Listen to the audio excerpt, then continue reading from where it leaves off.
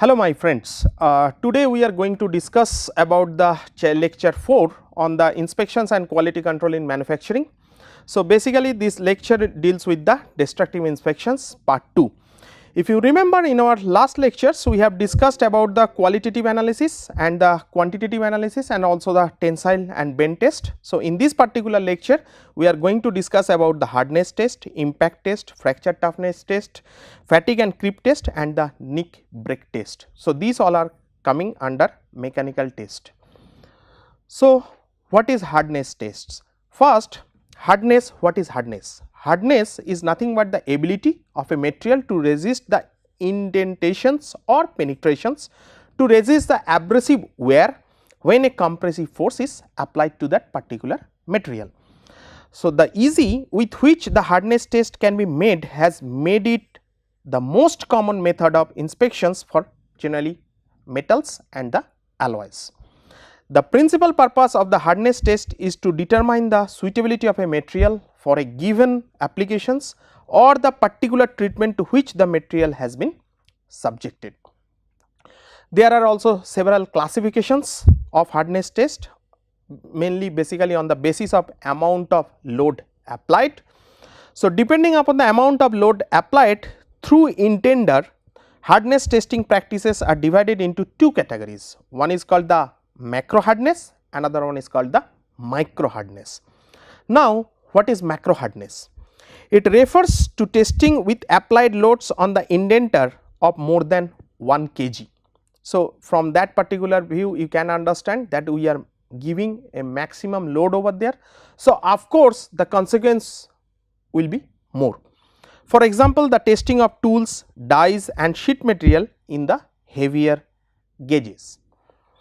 Next, if we talk about the micro hardness, in micro hardness testing applied loads are 1 kg and below of that, and material being tested in very thin down to 0.0125 millimeter or maybe the 0.0005 inch. Applications include extremely small parts, thin superficially hardened parts, plated surface and individual constituents of materials. Now, classifications of the hardness tests based on the type of indenter used. So, on the basis of type and size of the indenter, 4 most widely used scales for hardness measurement are: one is called the Rockwell hardness test, next one is called the Brinell hardness test, Vickers hardness test and the Knoop hardness test. What is Rockwell hardness test?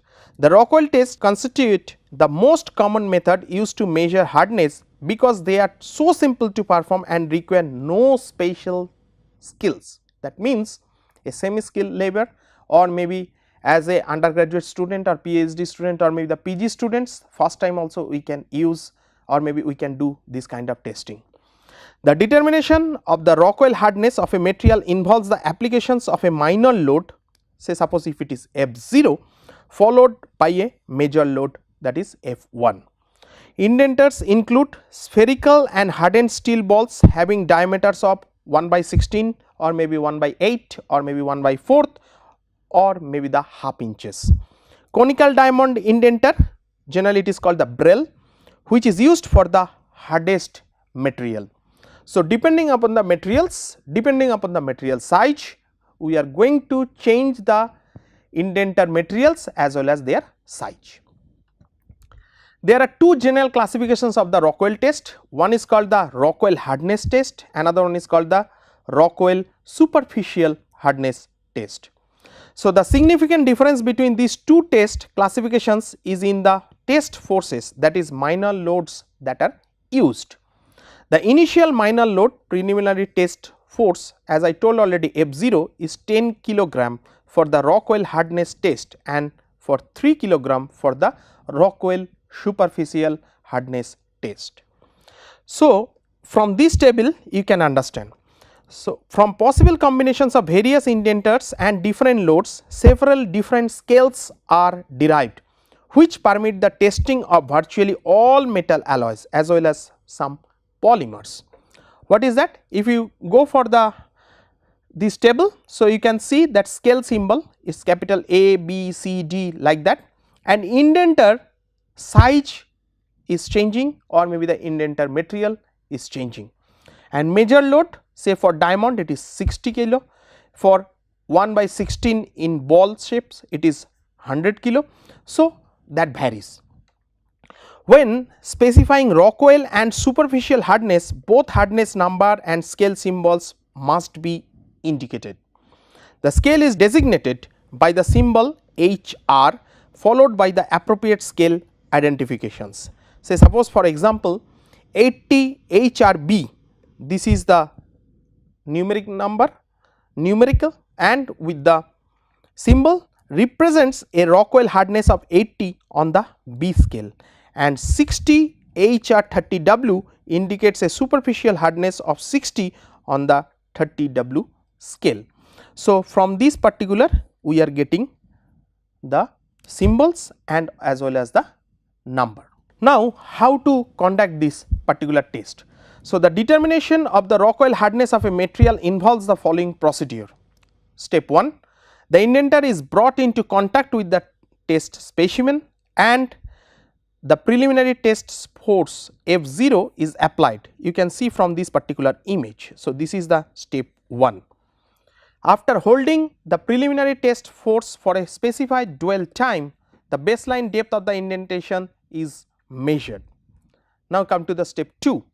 The force on the indenter is increased at a controlled rate by the additional test force F1 to achieve the total test force F. So, F is nothing but the F0 plus F1. The total test force is held for a specified dwell time. Now, come to step 3. The additional test force is removed, returning to the preliminary test force. That means, again we are coming back to F0. After holding the preliminary test force for a specified dwell time, the final depth of indentation is measured. So, that is nothing but the step 3. So, here you can see that H, that is the height or maybe the distance that has been, the indenter has gone that H inside the material itself. So, the Rockwell hardness value is derived from the difference H in the final and baseline indentation depths while under the preliminary test force. So, H is the distance measurement taken representing difference between preload and major load position. Now, how to calculate? The unit measurements of small h is in millimeter. From the value of h, the Rockwell hardness number is calculated as, for scales using a diamond sphericonical indenter, Rockwell hardness is equal to 100 minus h by 0.002. Rockwell superficial hardness is generally 100 minus h by 0.001. For scales using a ball diameter or maybe the ball indenter, Rockwell hardness is equal to 130 minus h by 0.002, and for superficial hardness it is 100 minus h by 0.001. Next, come to the Brinell hardness tests. This test consists of impressing a special hardened steel or tungsten carbide ball into the specimen under test using a definite load for a definite time and accuracy. The load for steel is generally 3000 kg and for softer metals it is generally 500 kg. The diameter of the impression is measured by the eye using a special high power Brinell microscope graduated in 10th of millimeters. Test precautions: the surface to be tested should be flat and scratch free. Impressions should be taken at the representative locations. The load applied must be normal to the surface of the specimen. The test should not be used on the specimen of thickness less than about half inch, that means 13 millimeter. Next, impression should not be taken closer than about 2 diameters for each other, else the cold war caused by the previous impression will produce the wrong data. Next is the test procedure. So, step 1, the indenter is brought into contact with the test specimens in a direction perpendicular to the surface and the test force F is applied. The test force is held for a specified dwell time and then removed. So, in this particular case, Now come to the step 2. The diameter of the indentations is measured in at least 2 directions perpendicular to each other. The Brinell hardness value is derived from the mean of the diameter measurements. Generally Brinell hardness, we are giving it like a HBW is equal to 2f in kgf by pi d into d minus root over d square minus small d square. So, now capital D is the diameter of the ball in millimeter, small d is the average diameter value of the indentation, that is also in millimeter, F is the test force, that is N. So, here you can see this is the capital D, this is the small d, then F kgf is the test force in kgf, and F kgf is equal to F by g, where g is the accelerations due to gravity. Indenters of the Brinell hardness test shall be tungsten carbide balls of 4 allowed diameters like 1, 2.5, 5 and 10 millimeter. Brinell hardness scales, the combinations of indenters and test forces define the Brinell hardness scales. Some of the standard Brinell hardness scales are given in this particular table. So, when you are talking about the HBW 10/3000, that means ball diameter is 10, nominal value of test force is 29,420 and nominal value of test force, which is F kgf, is equal to 3000. In this case, suppose if we talk about the HBW 5/250, so in this case the ball diameter is 5 millimeter, then nominal value of test force is 2452 Newton, and in this particular case nominal value of test force is 250 kgf. Now, designations of the Brinell hardness values. Brinell hardness numbers shall be followed by the symbols HBW, which I have already told, and be supplemented by an index indicating the test conditions in the following order: diameter of the ball, a value representing the test force kgf, and applied force dwell time S if other than 10 seconds to 15 seconds. For HBW 10/3000 scales with 10 seconds to 15 seconds dwell time, Brinell hardness scale designations can be reported simply by H, B and W. So, now I have given the examples for this one. Say suppose I can give you another examples. Say suppose if you take 600 HBW, then 1/30/20, that means Brinell hardness of 600 determined with a ball of 1 millimeter diameter and with a test force of 294.2 Newton, that means 30 kgf, applied for 20 seconds. Next is called the Knoop and the Vickers micro indentation hardness tests. So, in this particular case, two other hardness testing techniques are Knoop and the Vickers, sometimes also called diamond pyramid. For each test, a very small diamond indenter having pyramidal geometry is forced into the surface of the specimen.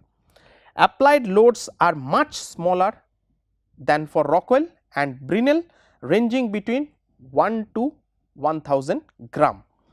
The resulting impressions is observed under a microscope and measured. This measurement is then converted into a hardness number.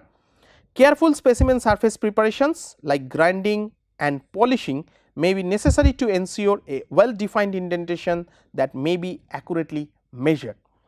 The Knoop and Vickers hardness numbers are designated by HK, capital H, capital K and capital H, capital V, HV respectively, and hardness scales for both techniques are approximately equivalent or maybe the same. Knoop and Vickers are referred to as micro indentation testing methods on the basis of indenter size. Both are well suited for measuring the hardness of small selected specimen regions. Furthermore, Knoop is used for testing brittle materials like ceramics. So, Vickers indenter, generally square based pyramid diamond with face angle of 136 degree or maybe 135 degree. So, generally we are using these degrees over there. And when we are talking about the Knoop indenter, rhombic based pyramidal diamond with longitudinal edge angles of 172.5 degree and 130 degree. Test procedure.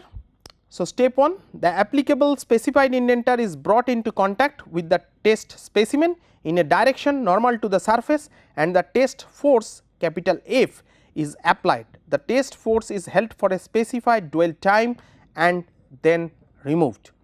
And step 2, for the Vickers hardness test, the lengths of the two diagonals are measured and the mean diagonal length is calculated, which is used to derive the Vickers hardness value. And for the Knoop hardness test, the length of the long diagonal is measured, which is used to derive the Knoop hardness value. Now, calculation of Vickers hardness value, that is capital H capital V, is equal to 1.8544 into F kgf by dV square. So, F kgf is the test force, dV mean Vickers indentation diagonal length, that is in millimeter. Calculation for of Knoop hardness value, Hk is equal to 14.229 into F kgf by dk square. So, dk Knoop indentation long diagonal length in millimeter. So, this one we can get it from the front view of that particular indenter. Next come to the impact tests. Prior to the advent of fracture mechanics as a scientific discipline, impact testing techniques were established so as to ascertain the fracture characteristics of materials. Impact testing determines the relative toughness of a material, where toughness is defined as the resistance of a metal to fracture after plastic deformation has begun. In an impact test, this plastic deformation is begun and finished by swing of a weighted pendulum which strikes the test piece as it swings through its path along an arc.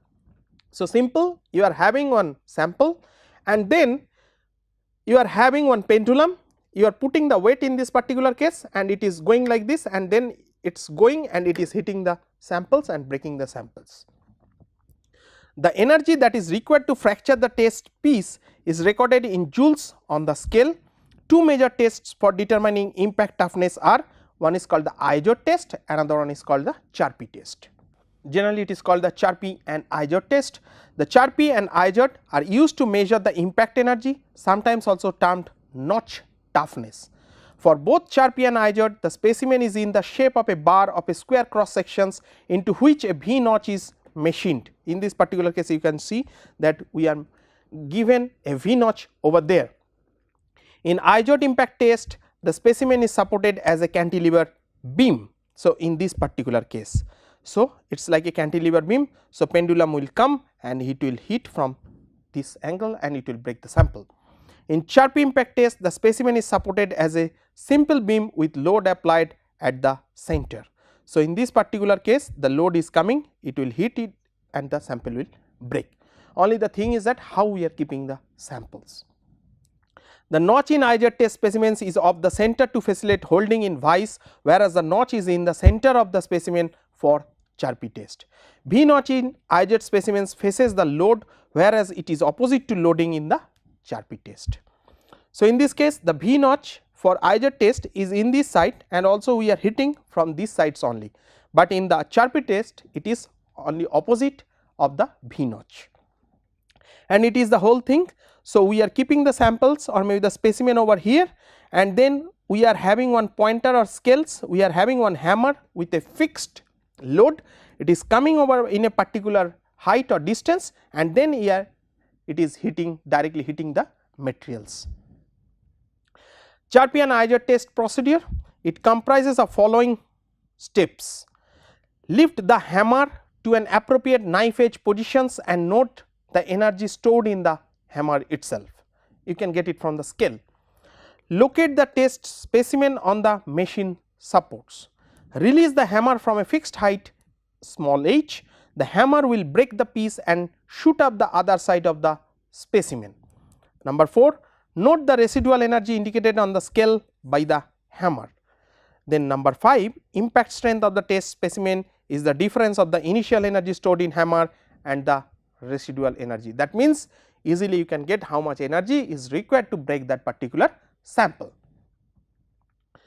Next, fracture toughness tests. Fracture toughness is defined as fracture resistance of a material in the presence of cracks. It is used to refer the fractures as either ductile or maybe the brittle. Fracture toughness study of brittle materials is now fairly well established by linear elastic fracture mechanics. In short, it is called the LEFM, and critical crack lengths for given stress conditions. In LEFM, the critical value of stress intensity factor K is referred to as the fracture toughness. The corresponding fracture toughness value for the materials of elastic plastic region is referred to as JC, which is a measurement of the energy required to grow a thin crack. Then K1C test technique. Experimental determination of the critical stress intensity factor K1C is most widely studied and developed. The critical stress intensity factor of a material depends on the thickness of the plate. However, for a thick plate, it is independent of the thickness because the material in front of crack tip deforms in plane strain. The experiment should be controlled so as to have its loading in plane strain only. Various test specimens. 4 kinds of test specimens commonly used are compact tensions, in short it is known as a CT, it is mostly used. Next, single edge notch bend ACNB, it is also mostly used, and then arc shaped tension, that is called the AT, convenient for cylindrical geometries such as pressure vessels or maybe the pipings, and the last one is called the disc shaped compact tension DCT, suitable for circular blanks, round bars, cores, etc. So, these all are the image that how to prepare the samples. Next, K1C test procedure. To begin with, K1C of the specimen is guessed, then the specimen is prepared following several dimensional constraints which are based on the guessed value of K1C. The crack tip is made very sharp with a fatigue growth. The specimen is pulled in a tensile machine to obtain a relation between the load and the crack mouth opening displacement. This relation provides a critical load PQ. So, simple, we are pulling the samples. Accounting for the crack length and geometry of the specimen, the stress intensity factor KQ corresponding to PQ is determined using LEFM. If KQ satisfies all constraints on the geometry of the specimen and of fatigue growth, it becomes K1C. Other more popularly employed test methods for to determine the fracture toughness values for the elastic plastic region are Charpy V notch test, drop weight nil ductility temperature test, the dynamic tear test, and crack tip opening displacement test. CV, this one, and NDT tests are ASTM standard methods, while DT test is military standard, and CTOD, the last one, is a British standard test. Next one is called the fatigue tests.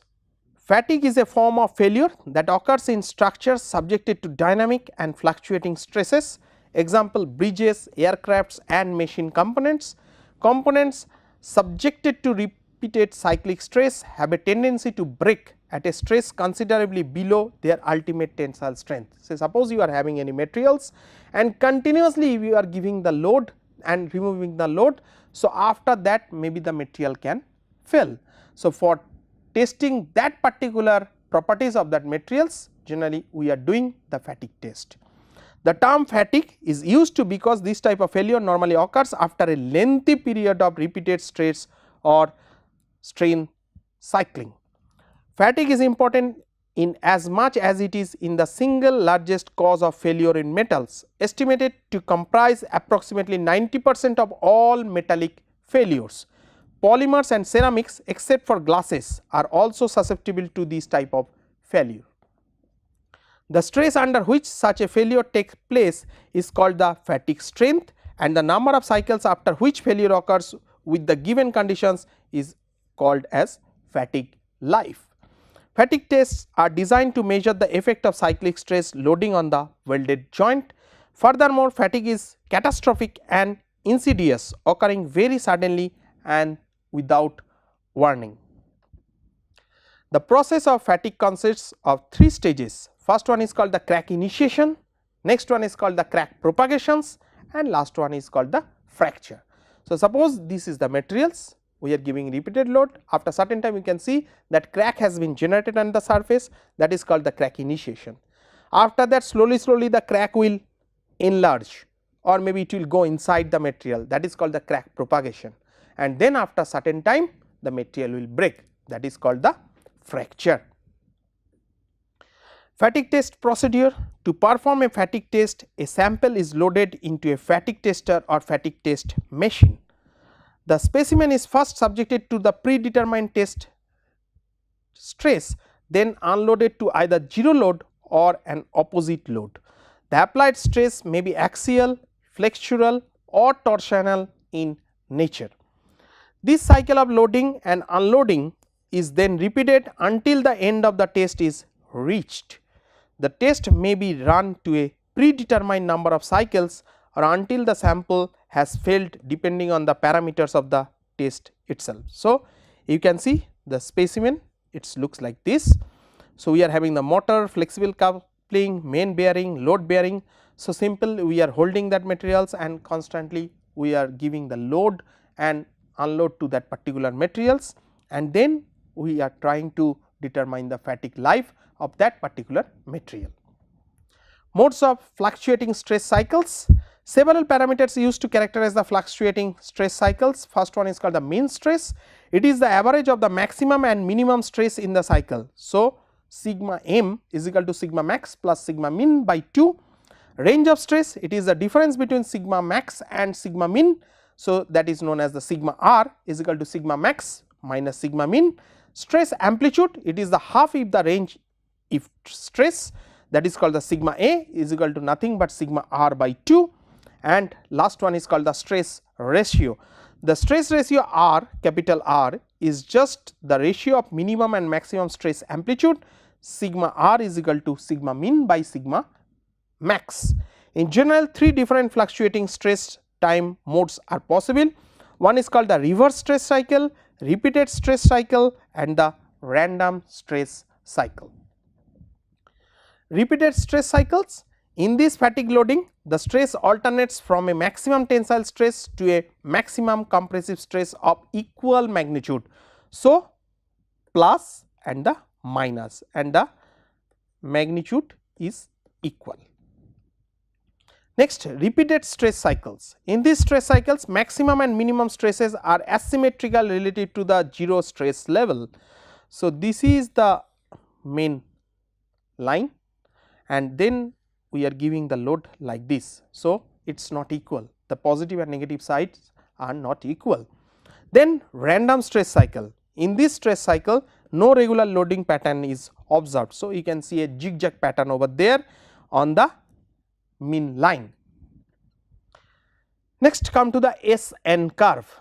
A series of tests are commenced by subjecting a specimen to the stress cycling at a relatively large maximum stress amplitude, and the number of cycles to failure is counted.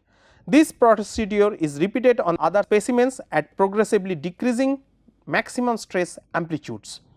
Data are plotted as stress capital S versus the logarithm of the number n of cycles to failure for each of the specimens. The values of S are normally taken as stress amplitude sigma a. On occasion, sigma max or sigma min values may be used. The typical curve or SN line shows that the fatigue strength, that is the stress at which the metal fell, drops as the number of stress cycles increases. The greater the number of cycles, lower the fatigue strength. It also shows that below a certain level of stress, material does not fail by cracking no matter how many stress cycles is loaded. This is called as endurance limit of that particular material. So, from this curve we can get that this is the endurance limit of that particular material, otherwise it is rapidly decreasing, then after that it became constant. Two distinct types of SN behavior are observed with engineering materials. One is called the material that displays a fatigue limit and a material that does not display a fatigue limit. So, these are the two graphs. In this particular case, stress amplitude S versus logarithmic of the number of cycles to fatigue failure for different materials has been shown. So, in this particular case you can see there is a clear distinct visibility of the fatigue limit, but in this case there is not. Then next one is called the creep rupture test. The gradual elongation or plastic deformation at higher temperature is called creep, while the eventual fracture is called the rupture. Materials are often placed in service at elevated temperatures and exposed to static mechanical stresses that maybe the example is turbine rotors in jet engines and the steam generators that experience centrifugal stresses and high pressure streamlines. How to do this test? A typical creep test consists of following two steps. 1. Subject a specimen to a constant load or stress while maintaining the temperature constant. 2. Measure the deformation or strain and plot it as a function of elapsed time. Most tests are the constant load type, as constant stress provide a better understanding of the mechanism of creep. Additional information of creep rupture tests. The test specimen used to determine creep rupture strength is similar to that used for the already described tension tests.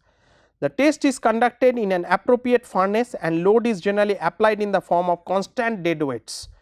Elongation can be monitored by the help of some attachments like extensometer or maybe the LVDT. The creep test is monitored up to a predetermined time and elongation is measured in this time period.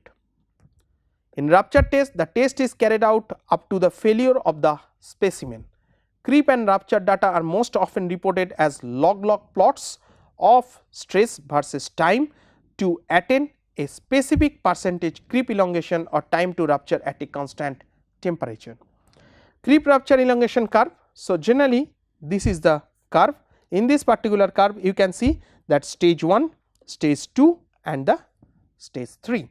So, in stage 1, on initial application of load, the creep rate is very high. You can see it is rapidly increasing and decreasing with time. This is first stage creep or primary creep. Then come to the second stage. The second stage of minimum creep rate and the period is maximum in creep. So, you see here del T is more, but del epsilon is very less. In stage 3, the creep rate is again increased and results are necking. The material is failing at that particular point. Then nick break tests. A nick break test is a type of destructive testing that is used to evaluate the quality of a weld. This test shows up any central line defects such as lack of fusion, gas pockets, slag inclusions, incomplete penetrations and the degree of porosity in the weld bead. Fillet welds may be similarly tested by notching and bending. One requirement of the fillet nick break test is that there should be no tack welds on the other side of the fillet weld. How to conduct this one? So, first we are doing the welding, then we are preparing the notch over there at that welding zone. So, to perform a nick break test, a specimen is prepared out of the weld metal. An artificial notch or a groove act as stress concentrator is intentionally introduced by a hacksaw or a cutting disc on the weld face along the primary axis of the weld. So, you can see we are making this one. The specimen is then broken and the fracture surface is observed at the conclusions of the nick break test. Example of the nick break testing of fusion weld. So, how we are preparing the sample and how we are doing it.